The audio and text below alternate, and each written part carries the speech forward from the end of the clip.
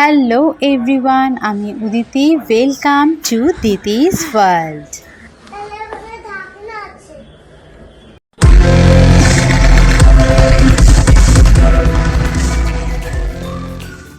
উত্তরাখণ্ড ভ্রমণের আজ তৃতীয় পর্ব। গত পর্বে হরিদ্বারের দ্রষ্টব্য স্থানগুলো তোমাদের ঘুরে দেখিয়েছিলাম, আর আজকে হরিদ্বারের এই হোটেল থেকে আমাদের চেক আউটের পালা। তাই শেষবারের মতো আবারও সুন্দর ব্যালকনি ভিউটাকে ক্যামেরা বন্দি করে রাখলাম। সকাল এই 8টা মতো বেজেছে, আমরা সকলে রেডি হয়ে গিয়েছি, কারণ আজ হরিদ্বার থেকে সোজা যাব যোশীমঠে। আর এই রাস্তায় যতগুলো ট্যুরিস্ট স্পট পড়বে আমরা সমস্তটাই দেখতে দেখতে যাব। আর মোটামুটি হরিদ্বার থেকে যোশীমঠ যেতে প্রায় 10 থেকে 12 ঘন্টা মতো গাড়িতে আমাদের লাগবে। যেহেতু ট্যুরটা এখনও আমাদের 4-5 দিন, মানে আরও বেশ কয়েকদিন রয়েছে, এবং একটা স্পট থেকে আরেকটা স্পট যাওয়া বেশ সময় সাপেক্ষ ব্যাপার, তাই হোটেল থেকে দর কষাকষি করে একটা গাড়ি আমরা নিয়ে নিয়েছি, যেই গাড়িটা আমাদের সাথে সারাক্ষণ থাকবে আমরা যেখানে যাব। এতে করে আমাদের ঘোরাটাও কিন্তু অনেকটা ইজি হবে। আর এই গাড়ির এক্সপিরিয়েন্স যদি ভালো হয় তবে ড্রাইভার দাদার ফোন নাম্বারও তোমাদেরকে শেয়ার করে দেব। এখন আমরা বেরিয়ে গেলাম ঘাট থেকে, সোজা আমরা মেইন রোডে যাব, সেখানেই আমাদের গাড়ি আমাদের জন্য অপেক্ষা করছে। কিন্তু এই রাস্তাটা তো হেঁটেই যেতে হবে, এখানে তো কোনো গাড়ি আসে না, তাই আমরা হেঁটে হেঁটে এগিয়ে যাচ্ছি ওই গাড়ির দিকে।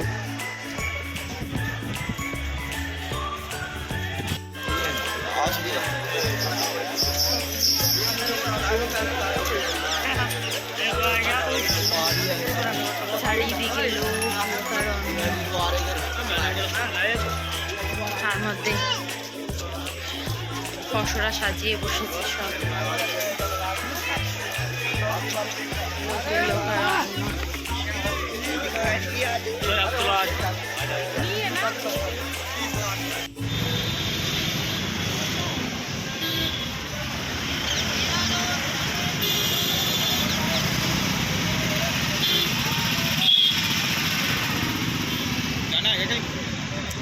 ফাইনালি আমরা উঠে পড়লাম গাড়িতে।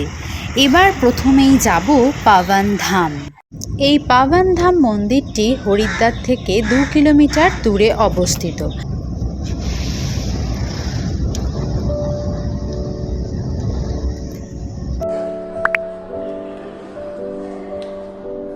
পুরো মন্দিরটাতেই ছোট বড় নানা রকমের রং বেরঙের কাজ দিয়ে তৈরি করা হয়েছে বলে এর আরেক নাম শীষমহলও বলা হয়ে থাকে।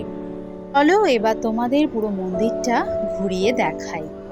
রামায়ণ মহাভারতেরও কাহিনীগুলো খুব সুন্দর করে এখানে ওই কাজ, ছোট ছোট কাজ কেটে সুন্দর করে চিত্রায়ন করা হয়েছে।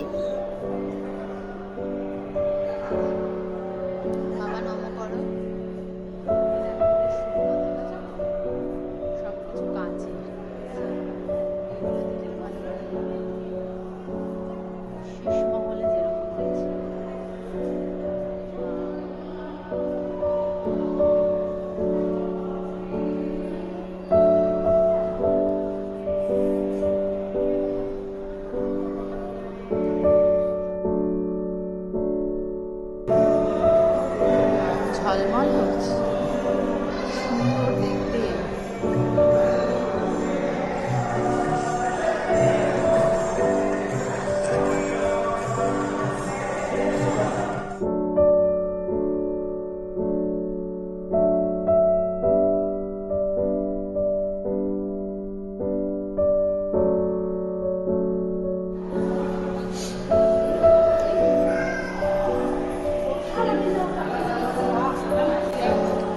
Yeah, be careful.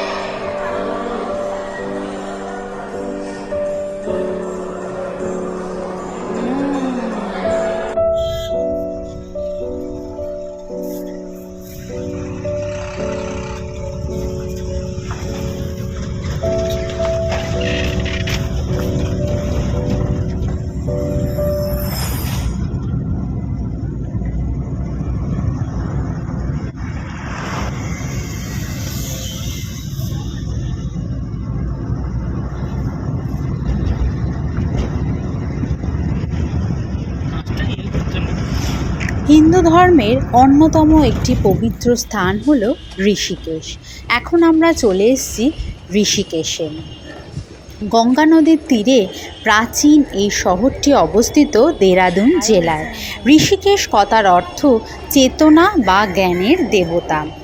রামঝুলা যাওয়ার জন্য এখন আমরা হাঁটতে শুরু করেছি, আর অনেকটা সিঁড়ি বেয়ে অনেকটা দেখলেই নিচে নামলাম, এখনও নামা কিন্তু বাকি আছে। সিঁড়ি ছাড়া গতি নেই, সিঁড়ি পার করতেই হবে ঘুরতে গেলে, সিঁড়ি আর সিঁড়ি। আর এই ঋষিকেশকে বলা হয় yoga capital of the world. শান্তির খোঁজে দেশ বিদেশ থেকে বিভিন্ন পর্যটক এখানে যোগাসনের প্রশিক্ষণ নিতে কিন্তু আসেন। আর এই ঋষিকেশে গঙ্গার ধার জুড়ে রয়েছে প্রচুর আশ্রম এবং মন্দির। আর ওই যে দূরে যেটা দেখতে পাচ্ছ সেটাই হলো রামঝুলা।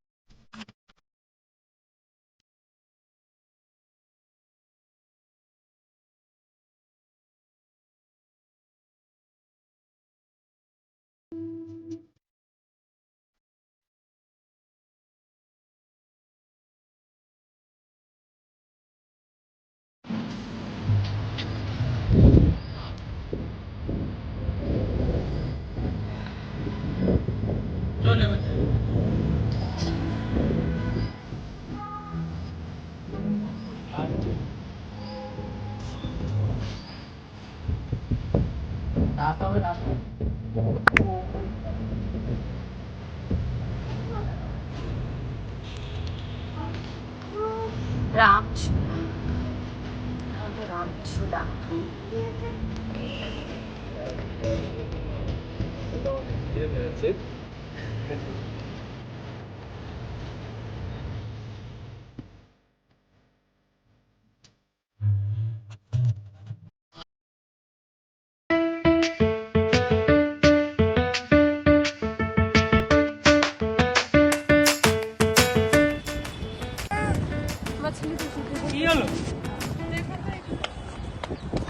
দৌড়িও না প্রিন্সি, দৌড়িও না।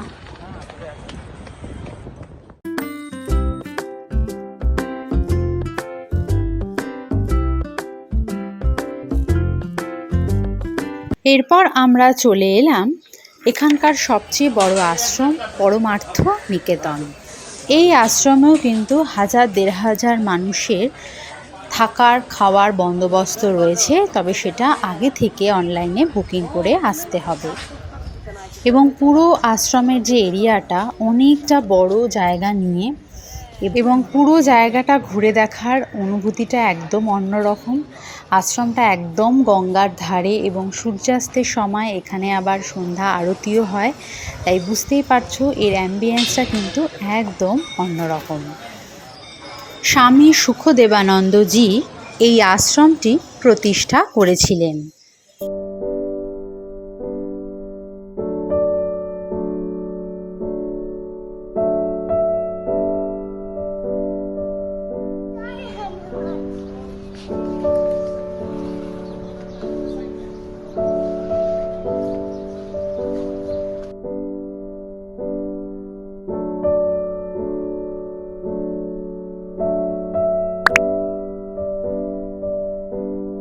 এরপর আমরা চলে এলাম গঙ্গা নদীর ওপর নির্মিত ঝুলন্ত আরেকটি সেতু লক্ষণ ঝুলাতে।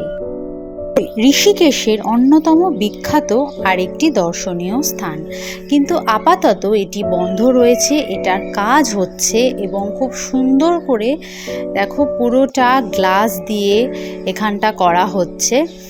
এখন তো বন্ধ রয়েছে, পরবর্তী সময় যখন পুরোটা কাজ শেষ হয়ে যাবে, মানুষজনের জন্য যখন খুলে যাবে, তখন কিন্তু আমি আশা রাখছি এখান থেকে যে ভিউটা পাওয়া যাবে অসাধারণ হতে চলেছে।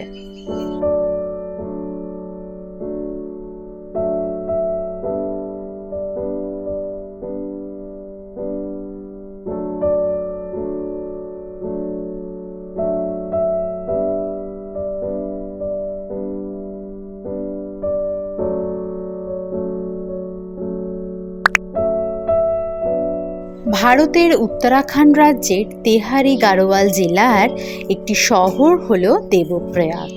এখন আমরা দাঁড়িয়ে আছি দেবপ্রয়াগের সামনে, যা ঋষিকেশ বদ্রীনাথ মহাসড়কে অবস্থিত। এখানে অলকানন্দা এবং ভাগীরথী দুই নদী মিলিত হয় এবং গঙ্গা নামটি ধারণ করে। এই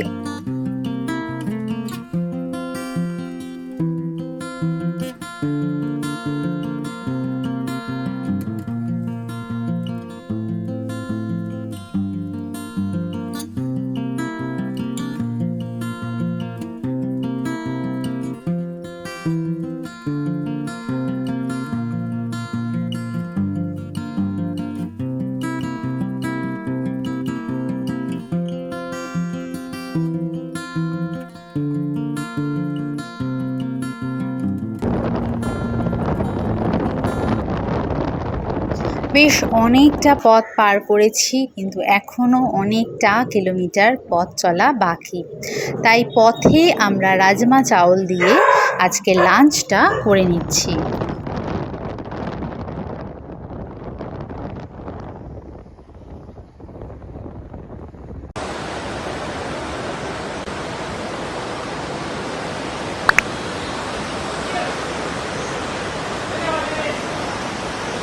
এটা হলো কর্ণপ্রয়াগ। এখানে অলকানন্দা আর পিন্ডার নদীর সঙ্গমস্থল।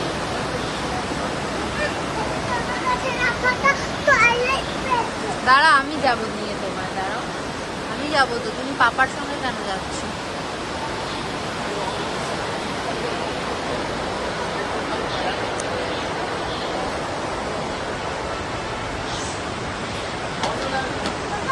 এখন আমরা চা খেতে এসেছি, চায় ব্রেক।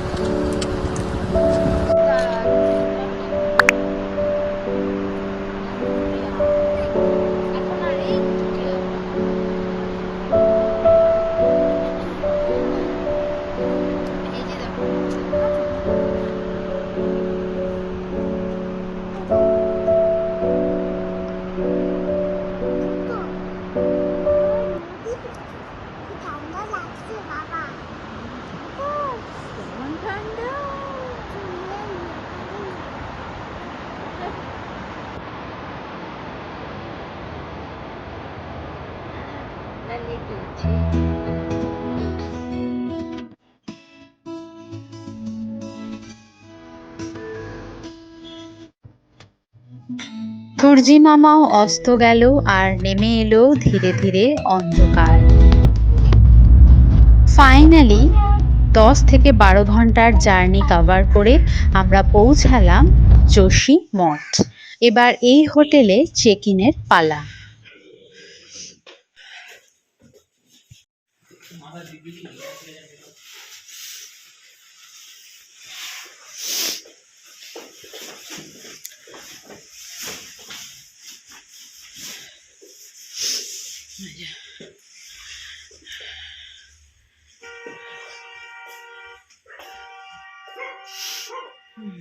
ব্যালকনি, বাইরে প্রচুর ঠান্ডা, প্রচুর ঠান্ডা।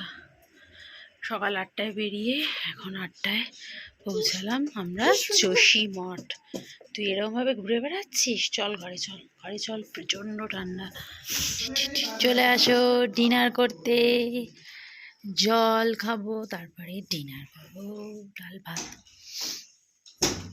আচ্ছা, আমরা তো প্লেন রাইস বলেছিলাম, এরকম ইয়েলো রাইস কেন দিয়েছে? এটাই ওদের প্লেন রাইস? আমরা তো সাদা ভাত বলেছিলাম, এক হাঁড়ি ডাল, সবকিছু। এবার আমাদের ডিনার করার পালা। আজকের মতো এটুকুই।